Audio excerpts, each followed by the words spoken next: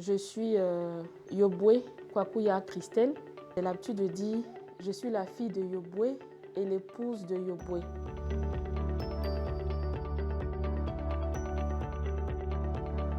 Je suis mariée, mère de 3 enfants, diplômée en droit des affaires et aujourd'hui je suis agricultrice. Quand nous sommes installés ici à Yamoussoukro, on a vu que la région du Bélier, c'était la région qui produisait plus le maraîcher. Et à côté de cela aussi, on a vu qu'il y avait des ananas pleins de sucre qui n'étaient pas valorisés. On a décidé vraiment de créer un label avec ces ananas-là. Raison pour laquelle, depuis quelques années, nous travaillons à fond avec les producteurs. Nous-mêmes, nous avons des surfaces déjà exploitées pour la production d'ananas.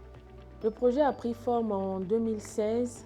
C'est vrai que j'étais déjà dans l'entrepreneuriat depuis longtemps. Dans un premier temps, mon ambition, c'était de relever un défi de façon financière d'abord, être autonome financièrement et puis pouvoir céder cette entreprise à mes enfants.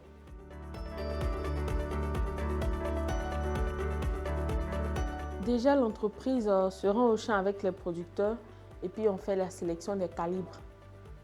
Une fois que tout ça a été fait, en ce moment-là, les fruits sont chargés dans le véhicule de l'entreprise que nous acheminons à nos différents clients. Nous avons entre autres Carrefour, d'autres supermarchés encore qui en prennent, le marché local, puis des particuliers.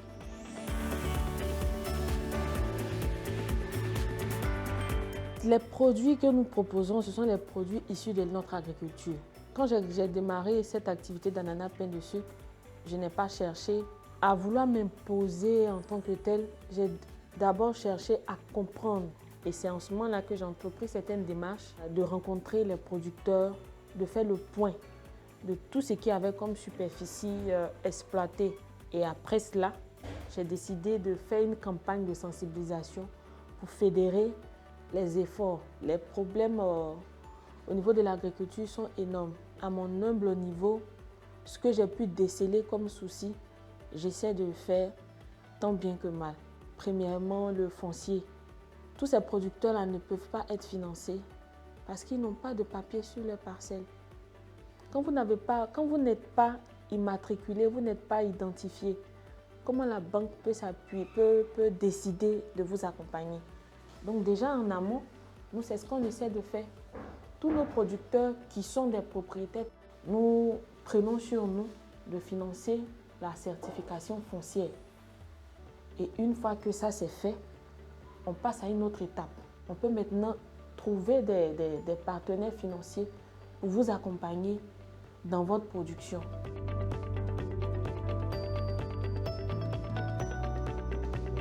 Par mois, nous tournons autour de 3,5 millions.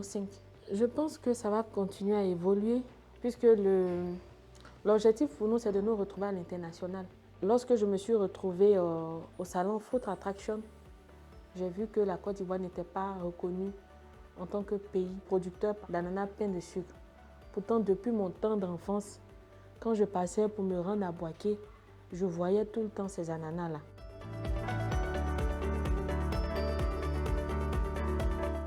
Ce qui fait la rentabilité de l'entreprise, c'est la vente. La vente et puis le fait qu'on arrive à s'appuyer sur les producteurs. On ne s'arrête pas là à acheter seulement. On va au-delà. J'ai autour de 50 producteurs, 25 au niveau de Yamoussoukro et puis oui, près de 25 femmes au niveau de Toumoudi. Chaque jour, j'ai au moins 1-2 producteurs qui s'ajoutent au nombre.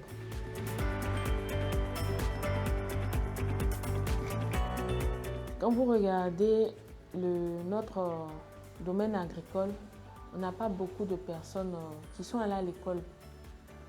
Et donc ça, c'est déjà un problème. Je prends le temps d'expliquer aux producteurs pour qu'ils connaissent son coût de production. On les oriente encore dans la façon d'utiliser tout ce qui est produit. C'est plus au niveau du maraîcher que cet encadrement est donné. Il faut connaître les délais de récolte, il faut connaître la dose pour ne pas que ce soit nocif pour celui qui va consommer.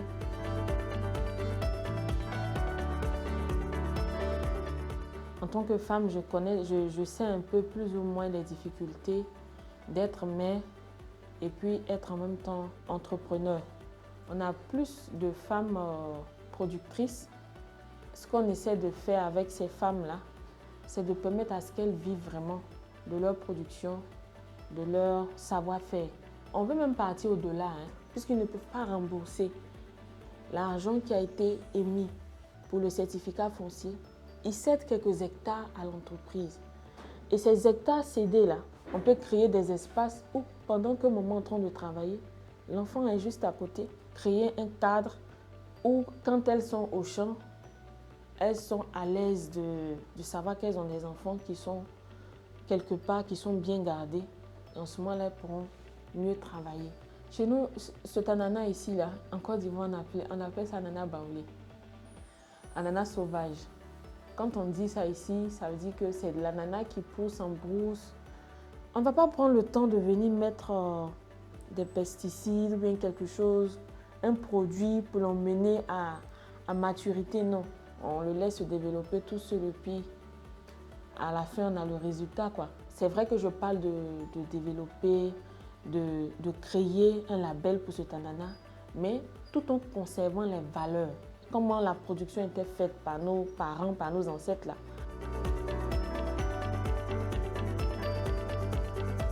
Je peux dire la réussite de quelque chose, c'est la formation. Quand vous n'êtes pas formé, ou bien quand les personnes avec qui vous échangez ne sont pas formées, c'est compliqué. Quelque chose que vous pouvez faire peut-être en un mois, vous allez faire des années. Et il y a aussi le volet financier. Tout est fait à la daba. Quand on fait à la daba avec cette chaleur-là, quel résultat on attend? Donc au moins, c'est de mécaniser un peu, une petite mécanisation de notre agriculture. Il est difficile pour nous, par exemple, de lever des fonds, d'avoir des financements pour payer ce petit matériel-là. C'est un peu la difficulté. Mais on fait avec, parce que ça fait des années que nous sommes là. On ne lâche pas, parce qu'on croit à un lendemain meilleur.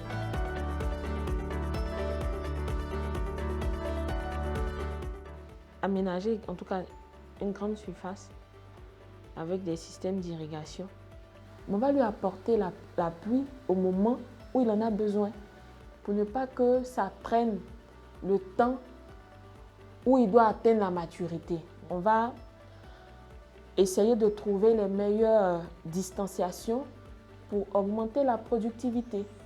Donc on a commencé le mois dernier, on s'est donné comme objectif 1 hectare par mois pour qu'en 2023, on puisse atteindre les 40 hectares. Mais ce n'est pas évident, mais c'est possible.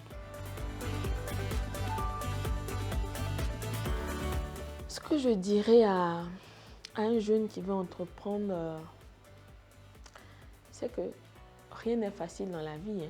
Donc, de ce fait-là, il faut s'armer de courage. Parce que être entrepreneur, franchement, si vous n'avez pas la carrure, ne vous engagez pas dedans. Si vous n'avez pas le cœur, ne vous engagez pas dedans.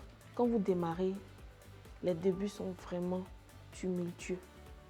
Le temps que vous vous accordez avec votre conjoint, qu'il comprenne le sens dans lequel vous partez, ou bien vous-même vous arrivez à partager la vision, votre vision à votre conjoint, à vos enfants, c'est pas facile.